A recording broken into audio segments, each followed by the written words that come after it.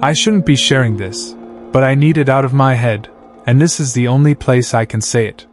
For years I worked in the Vatican secret archives, a maze where time holds its breath and faith lives next to the darker footnotes of church history. My job was ordinary: catalog brittle ledgers, restore hand-sewn bindings, verify seals. Sometimes I was cleared to read files only a handful of people are allowed to see. You get used to the idea that truth can be boxed, labeled, and then quietly forgotten. One afternoon, while hunting for a council decree from the early 1700s, I found a folder that didn't belong. No stamp, no cord, no registration number. The cover was the color of old parchment, and caked with dust. Everything in that room had a place. This didn't. I knew I shouldn't open it. Curiosity, however, is a temptation even men of faith rarely resist. Inside was a report of an exorcism performed in 1712 at an abbey in northern Italy, one the Holy See never approved. Which meant the priests acted on their own. The pages were in Latin, but the margins were modern pencil, as if someone had been preparing a translation and stopped. The subject was a 22-year-old nun named Sister Catherine. At first, the sisters heard her whispering back to voices no one else could hear. Then her prayers thinned into unintelligible murmurs, and soon she stopped praying at all. The local parish priest was called. What he wrote reads like a confession. Catherine spoke in tongues no one recognized. Her skin grew paper dry, and her gaze emptied out, as if she'd stepped aside and something else had taken the room inside her. Rome refused an exorcism. The directive was clinical: transfer the sister to a hospital for evaluation. The symptoms suggested illness, not possession. The priests disagreed. Among the attachments was a diary by the priest who led the ritual, Father Thomas. His hand grew shaky between entries. He writes that, at first, whatever was in Catherine was bored. It yawned through prayers. It mock-laughed at the psalms. Then it started calling the priests by name before they introduced themselves, reciting details no one else could know, down to sins that had never been confessed aloud. The manifestations escalated. Then, one day, Catherine went still. Hours passed. The sisters thought she'd fallen into catatonia. Without warning she began to speak, except the voice was not hers. Father Thomas describes it as the voice of an old man, but wrong in a way paper can't carry. It had no echo. It didn't vibrate in the room the way voices do. It arrived complete in their heads, like a thought someone else decided to think for you. "You do not know what you are doing," it said. After that session, 2 priests abandoned the rite. They refused to come back. Father Thomas continued, but his entries break into scratches and ink stains. The last line trails off mid-sentence. This isn't just a possession. It's the ecclesial memorandum that follows tries to staple order over panic. It states that Sister Catherine died of a heart attack the next day. Then, a contradiction: the body was never recovered. A terse addendum orders the abbey sealed, the priests reassigned to distant parishes, and all discussion of the case forbidden. The file ends like a slammed door. I closed the folder with shaking hands. In that windowless silence I felt something childish and dangerous, the need to tell someone. But there is no one to tell in a room built for secrets. I planned to return the next morning, this time to copy the ID numbers and trace who had handled the file. When I came back, the shelf was clean. The folder was gone. The log showed no withdrawals, no archivist initials, no courier tickets. I asked the others. I searched the register of removed materials. Nothing. It was as if the folder had never existed. You learn to forget things, working where I worked. You learn to stack questions and walk away. I tried. But what won't leave me is not the missing folder. It's the detail that doesn't fit with anything I've seen in a decade among exorcism records. It wasn't the Latin. It wasn't the bravado, the curses, the stale theater the church expects and the public imagines. It was that voice with no echo, the way Father Thomas and the others heard it, not with their ears, but with whatever faculty lets a memory arrive without sound. I have read hundreds of cases. The voice always fills space, shakes a door, rattles glass, bleeds through walls. This one didn't. It entered people. I don't know why the Holy See refused the right, or who ordered that file to vanish.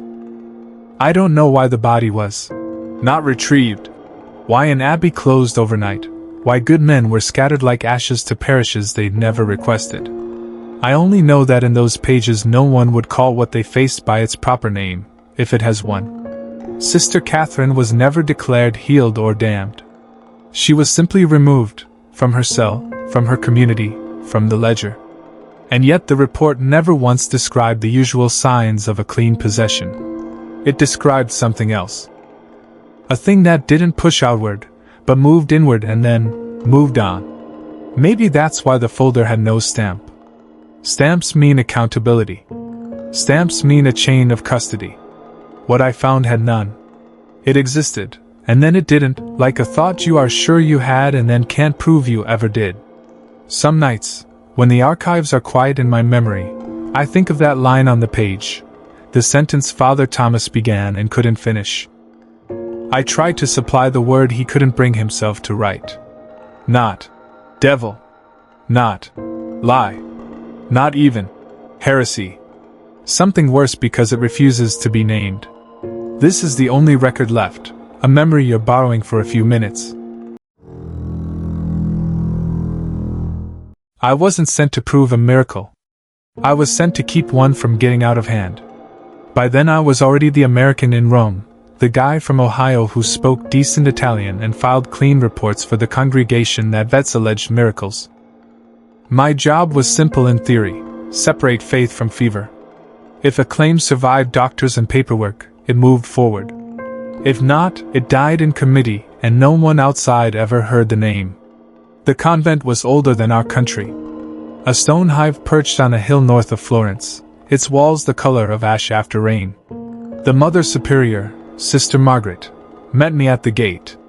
Her smile was tired, practiced. She gave me bread and water in a small room with a crucifix too large for the wall, then said the line every investigator hears. "We don't seek signs, Father. They came to us." The signs were on a young nun named Sister Elizabeth. Bandaged palms. A trickle of blood some mornings. Whispers of visions, Christ in dreams, the ache of love that hurts and heals in the same breath. By the time I arrived, the town had already started coming at dawn to kneel outside the chapel doors. We were in the stage when rumors get teeth. Officially, I was there to make sure everything stayed quiet until doctors could examine her. Unofficially, I was there to see if this was fraud, delusion, or something worse that the word miracle would conveniently smother. Sister Elizabeth wasn't what hagiographies promise. No glow. No broken smile of holy patience. When I was finally allowed in her room, a narrow cell with a window like a gun slit, she kept her eyes on the wall, not the crucifix. Her hands were wrapped neatly, nurse clean. She answered my questions as if reciting a press release. "Yes, Father. I saw him. Yes, Father. I offered my pain. Yes, Father. It began on a Friday. But something was off. The cadence was wrong. And whenever I asked for details, what he looked like, what he said, she paused too long, like someone listening for lines fed from the wings. The sisters were worse. They moved around me like I was a draft under the door. Their eyes kept sliding past mine to the floor, the way people look when a truth circling the room has no safe place to land. That evening I walked the corridor alone. Stone eats sound, and in that silence I heard the kind of noise that makes your body remember childhood, a murmur, quick and dry, like pages riffling. It was coming from Sister Elizabeth's cell. Leaned toward the crack in the door. She stood in the center of the room, wide awake. Her bandaged hands hung at her sides. Her lips were moving quickly, too quickly for prayer. The sound didn't match. It was under the air, not in it. I pushed the door gently, and the murmuring stopped. Her lips didn't. She turned her head slowly. Not a jerk. A decision. Our eyes met. There was no plea there, no suffering, just a thin smile that didn't reach anything human. Before I could speak, Mother Margaret appeared at my shoulder. I hadn't heard her approach. "She's exhausted," she said, and closed the door with a softness that felt like a threat disguised as care. I didn't sleep. Around midnight I found a young novice in the kitchen, the kind who hadn't yet learned that secrets are a vow. She stared at the table when she spoke. The visions had not come first, she said. The seizures had. Convulsions that bent the body the wrong way. Voices in the night no one recognized. Knocks from the inside of the walls. The wounds came last, after weeks of locked doors and whispered arguments about calling Rome. "Mother said we needed a miracle," the novice whispered. "Not the other thing." In the morning, Sister Elizabeth did not rise for prayers. A sudden episode, I was told. Rest was best. I asked to see her with a physician present. Mother Margaret refused with a smile that did not change shape whether she said yes or no. By afternoon the story had already been rewritten. The bandages were proof. The visions were backdated. I was now the man Rome had sent to confirm what God had done. I tried the official routes. I called the diocesan liaison. He was not reachable. I requested hospital transport. The phone lines had a fault. Late that night, after the convent went silent, I went where I was not allowed. The chapel smelled like cold candle wax and old wood. They had laid Sister Elizabeth on a table by the sacristy, the sheet tucked up to her throat. Her face should have been peaceful. It wasn't. The corners of her mouth were caught in a faint crescent, as if the last thing she saw amused her. I stood there longer than I should have, and that's when I heard it again, the dry murmur, close enough to miss the ear, with no source I could point to. Her lips were still. The sound didn't care. I stepped back and the floor answered me louder than it should. The sacristy door opened. Mother Margaret filled it, not angry, just very certain. She took my arm and walked me out like a polite arrest. "Father," she said, "you will write what is needed. For all of us." In the morning they buried her in the convent cemetery. I was not invited. A gardener told me later it was done before dawn. No parish, no notice, no doctor. The town assumed the church was being discreet to protect a saint. The sisters assumed I would close the file. I did. I used every correct word in the correct order. I praised prudence. I emphasized the need to avoid scandal. I signed my name and watched the carbon copies go to people who would only ever read the summary. The miracle petition never moved forward. Officially, there wasn't enough evidence. Unofficially, there was too much of the wrong kind, and the fastest way to stop a story is to smother it with a holier one. I told myself I had done the right thing. I told myself the truth would have done more harm. I told myself a lot of things you say when you work in a system that believes silence can be merciful. None of those sentences help at night. Because the thing that won't leave is not the bandages or the timing or even the burial before sunrise. It's the physics of it, the way the sound lived without a mouth, the way a room can feel full of breath without lungs moving. In the archives, priests call that suggestion. In hospitals, they call it an auditory hallucination. I have never heard doctors explain why your bones remember it. When I left the hill that afternoon, the wind pushed against me like a crowd exiting a stadium. I looked back once and the convent sat there, small against the trees, the bell tower cutting the bright sky into neat, harmless shapes. On the flight to Rome I wrote 2 reports. The one in the file is the clean one. The other I will never send. It says what the novice dared to say out loud and what the bandages were meant to distract us from. It was not a miracle. It was something that wanted one. And if you are asking what happened to it when they put Sister Elizabeth under the soil, I have an answer I hate. Things like that do not need to be in a body to keep speaking. They only need a room that agrees not to interrupt. Some rooms wear habits. Some rooms sign letters with embossed seals. Some rooms look like me sitting at a desk in Rome, hands still, listening for a sound that doesn't move my ears at all. They flew me south for a confession that couldn't wait. Urgency isn't unusual when the Vatican calls, but prisons don't move on our timetable. The warden, Mr. Martin, a square man with a bureaucrat's posture, met me past the second gate and led me down a corridor that smelled like bleach and old storms. He asked for a priest from Rome, Martin said, as if the request itself were a security risk. He won't talk to anyone else. They'd set up an improvised confessional in a room the size of a supply closet.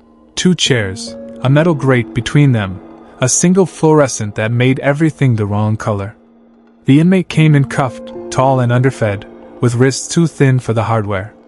His file name said David Hale. His eyes said empty. He didn't start with the murders. He started with childhood. It began as a shape, he whispered, the words crawling under the hum of the light. Corners of my room that stayed darker when my mom turned on the lamp. Bathroom mirrors that showed a shoulder behind me when I was alone. I thought it was imagination. Kids make things up to scare themselves. He didn't look at me. He looked at the hole where a screw was missing in the grate, the hole the size of a pencil eraser. Accidents came next. A boy fell down the stairs at school after I bumped him. The vet said our cat must have run into a fence. Its neck was wrong. Then people. A stranger in a parking lot who went down hard and didn't get up. I kept telling myself I wasn't violent. I just happened to be there when bad things happened. When did you stop believing that? I asked. When it started helping, David said. When I got angry and doors opened for me. When I thought don't and something else finished the sentence. He talked like a man describing weather patterns. Not bragging, not repenting. Reporting. I fought it. I prayed when I was 14. I fasted when I was 19. I left mirrors covered for a year. It didn't care. It isn't in glass, Father. It uses glass to let me know it's listening. I asked him about the deaths that put him here. He listed them without adjectives, dates and places in an even tone, like reading an itinerary someone else planned. He never once said the word I when the sentence required responsibility. He said it. It wanted. It liked. It pushed. It stood just behind his left shoulder and breathed when he slept. That's why you asked for Rome? I said. You think it's possession. He shrugged. Possession would be simpler. You pray, it screams, you throw up black water, you go home. This is like a second gravity. It doesn't climb inside. It stands near and the floor tilts. Silence dilated between us. Somewhere down the corridor a gate buzzed and clanged. In rooms like that the world announces itself with teeth. David finally lifted his head. His voice dropped until I had to lean forward to hear.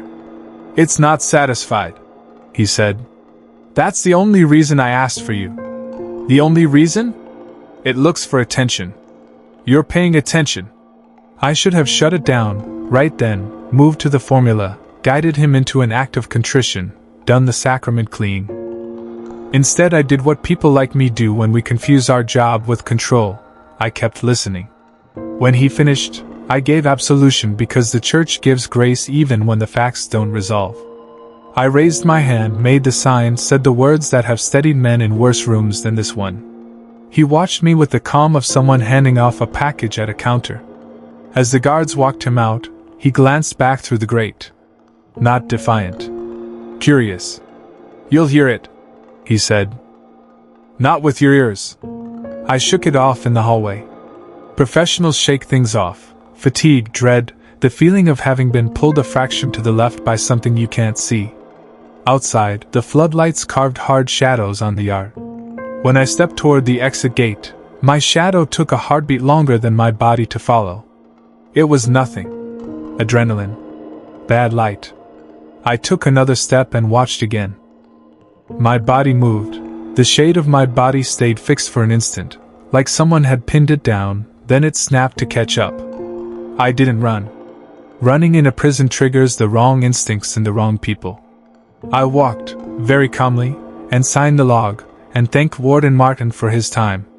He nodded the exact nod he would have given if I told him the moon fell into the sea. The drive to the rectory guest room was an hour of empty road. I repeated a rosary not because I'm holy but because beads give the hands something to do when the mind isn't helping. In the bathroom, I didn't turn on the mirror light. I brushed my teeth watching the shadow of the window frame crawl the sink. At 3:11 a.m. I woke without knowing why. The room was the kind of dark that hides nothing and pretends to. On the opposite wall, my shadow lay too sharp for the tiny night lamp by the bed.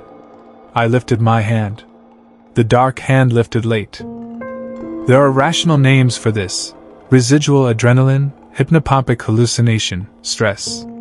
I keep those names in my pocket, and I use them when I need to stand up and go to work. But names don't fix physics. The third time I raised my hand, the shadow didn't follow.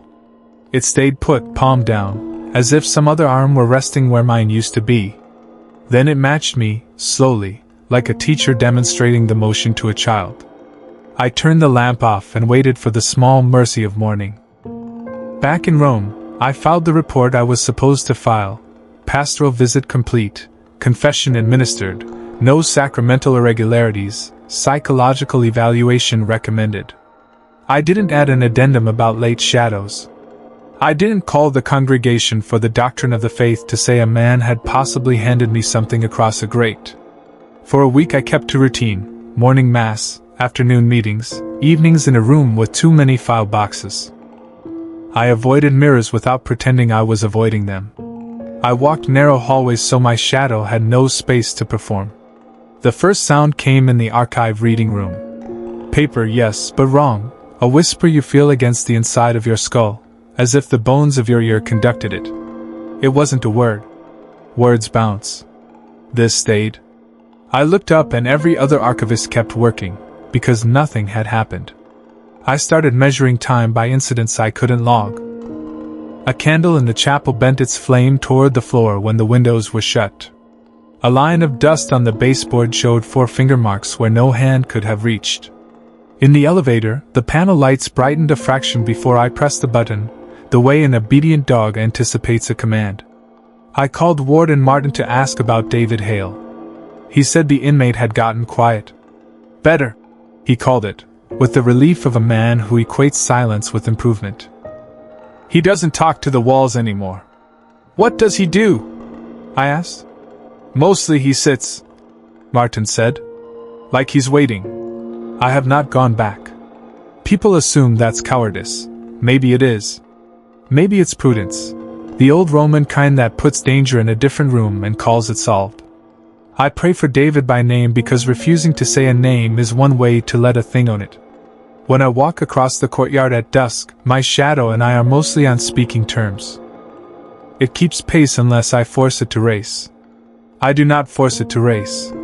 On certain evenings, if I stand under the arch where the light pools, I can feel that gentle pressure from the left, like a friend leaning in to say something he doesn't want the room to hear. I know how this sounds. I know you're trying to decide whether to put it in the folder with superstition or the one with secrets. Do what you need to. Here is the only part one need you to keep. He asked for Rome because it wanted Rome. He asked for me because I would listen. And when I listened, it learned my shape. It doesn't need to wear me to use me. It only needs my attention. That's the trick, I think. Possession is loud. This is patient. It can wait in a prison cell. It can wait in a rectory mirror. It can wait in an archive where the air smells like dust and linen and rules. And then, when a man like me sits very still and says, "Tell me everything," it steps into the space between the question and the answer and takes exactly what it came for. If you ever see your shadow hesitate, if it lingers when you turn, do not speak to it. Do not ask what it wants. Some things are content to be near until you give them a name. They sent me to look at a church that had started to feel wrong. The parish sat on a hill an hour outside Siena, older than our flag and twice as stubborn. The pastor, Father Luca, a tidy man whose collar never seemed to wrinkle, met me at the gate with the relief of someone handing off a problem he can't explain without sounding superstitious. "It's the sacristy," he said. "People don't like walking past it anymore." The church itself was beautiful in the way old churches are beautiful without trying, stone cool to the touch, beams dark with centuries of incense, a nave that hummed when nobody spoke. But the air changed as we moved toward the sacristy, closer, heavier, like weather gathering under a roof. It wasn't the stuff you expect, no drafts, no loose shutters, no rats in the cupboards. Everything was clean and quietly maintained, except for one thing. Against the far wall stood a confessional no one had used in living memory. It was taller than the others, carved from wood so dark it ate light. The door had been reinforced at some point with iron straps, and this part stopped me, sealed with old wax imprints, the kind of ecclesial seals you find in archives, not in working parishes. Over the door face, shallow as breath, were Latin letters worn nearly smooth, prayers, or warnings, or both. People hear things from there, Father Luca said, forcing a thin chuckle. Taps. Presents. Silly, I know. He didn't believe his own chuckle. He kept his hands in his sleeves like the wood itself might grab him if he gave it the chance. I told him I'd start with paperwork, because that's what we do when rooms begin to misbehave. We ask the dead to explain themselves. The parish archive was a cabinet key and a stack of shallow boxes. After a few hours of dust and delicate pages, I found an entry that didn't belong with baptismal registers and wedding lines. 1762. The ink brown to the color of dried leaves. A memorandum from a visiting canon about a local priest named Father Angelo Rinaldi. The short version, rumors of rituals that do not accord with the faith. Details left artfully vague in the way men leave themselves room to deny knowledge later. There was a decision described with a legal calm that made my skin go cold. The priest had been confined as an act of penance inside the confessional. The door was sealed. Food and water stopped. The entry ends with two sentences that work like a blade. He disturbed consciences. Let his conscience now be his company. It wasn't an execution, not on paper. It was tidy, pious cruelty. Lock the scandal where it started and let hunger finish the theology. I put the page back and sat in the quiet until the quiet felt like a person sitting with me. When I went to the sacristy again, the air pressed harder. I stood in front of that door and thought about the way people sanctify their fear. We call it prudence, or tradition, or keeping the place in order. When what we mean is do not touch this or it will touch you back. I said a prayer because that's what you do when you're about to do something stupid, and I put my palm to the wood. It was colder than the room. Not just cool, cold in the way a winter window is cold. And from inside the box came a sound I can only call deliberate, 3 knocks, then 1, then 3 again. Not loud. Not the building settling. I felt them in the bones of my hand more than I heard them with my ears. Old pipes. I told myself out loud, which is the kind of sentence you only say out loud when you don't believe it. Something else crept under my skin then, a murmur like paper rubbed together, but drier, nearer. It didn't sit in the air. It arrived inside my head, as if my own skull had learned to whisper. I leaned closer without meaning to. The Latin was faint, the consonants older than anything I'd learned in seminary. 2 words only, repeated with patient malice. Non mitem. I will not let go. The floor didn't shake. The lights didn't flicker. The drama stayed small, like a hook you don't notice in your sleeve until it pulls you sideways. I took my hand away. That's when I saw it. The top of the door was limned in an honest layer of dust. Across that dust were 4 fresh tracks, as if fingers had been drawn straight down through it, and then stopped just shy of the iron strap. I didn't tell Father Luca about the knocks or the words. If he had believed me, we'd have had a panic. If he hadn't, we'd have had a different kind of trouble. I did the thing the church invented for moments like this, a blessing wide enough to cover what I couldn't name. I sprinkled holy water through the sacristy, traced a cross on the iron, and prayed with a voice that stayed steady because priests learn to keep the voice steady when the hands don't cooperate. Then I gave an instruction with more authority than I felt. Do not open this. Not for curiosity. Not to finish an old story. Not because someone wants to prove it's all nothing. Leave it shut. He nodded too quickly. 2 weeks later a letter arrived in Rome, tidy and measured. Activity had ceased, Father. The taps were gone. The choir could use the side hallway again without anyone crossing themselves in the middle of conversation. The air felt lighter, a word pious people use when they don't want to write, less haunted, on parish stationery. At the bottom of the letter, after his signature, he added a line that made me put the page down and stare at a wall for a while. The only difference now is nights. He'd started checking the church himself after lockup. On 3 occasions, he'd found the same thing, a figure kneeling before the sealed confessional. Not a parishioner, not a prankster. A human outline where no human stood, shoulders bowed, head lowered, hands, if there were hands, folded. It did not move when he spoke to it. It did not vanish when he stepped closer. It simply remained. And though there was no sound, he could tell, from the way he knew certain things in prayer without hearing them, that it was crying. He asked whether he should continue the nightly rounds. I wrote back with the safest lie we offer men in his position. I told him routine was good. I told him to leave the lights as he found them, lock the doors, and go to bed. I told him to call if anything changed, which is what we always say when we can't name what we're afraid might change. I didn't go back. People like to think there's courage in returning to the room that looks at you. Sometimes there is. Sometimes courage is letting a door remain a door. Since then, a thought recurs when I stand too long in certain places.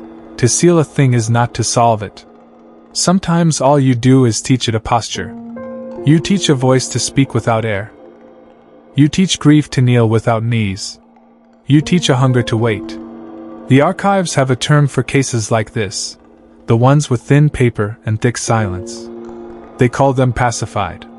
The word sounds holy, but it just means quieted enough to live with. We sign, we stamp, we file, and the room goes on being the room. I keep that page from 1762 in my head, the line about letting a man's conscience be his company, and I wonder if that's what's happening still. Perhaps Father Angelo learned at last to repent. Perhaps the parish learned to repent of him. Or perhaps repentance is the wrong category entirely, and all we did was take an old, loud wound and make it new and patient. If you ever find yourself in a church that feels heavier by one doorway than by the others, do not knock. Do not put your palm to the wood because you think faith should be brave in a way that tests God like a dare. Stand back. Say a prayer meant for someone who won't say one for himself. Then leave the lock to do the job it was given. And if, on your way out, you notice an extra weight in the air like the humidity before a storm, if a shiver moves through your chest with no breeze to blame, take the mercy on offer and keep walking. Some doors are more devout than the men who built them. Some doors pray longer.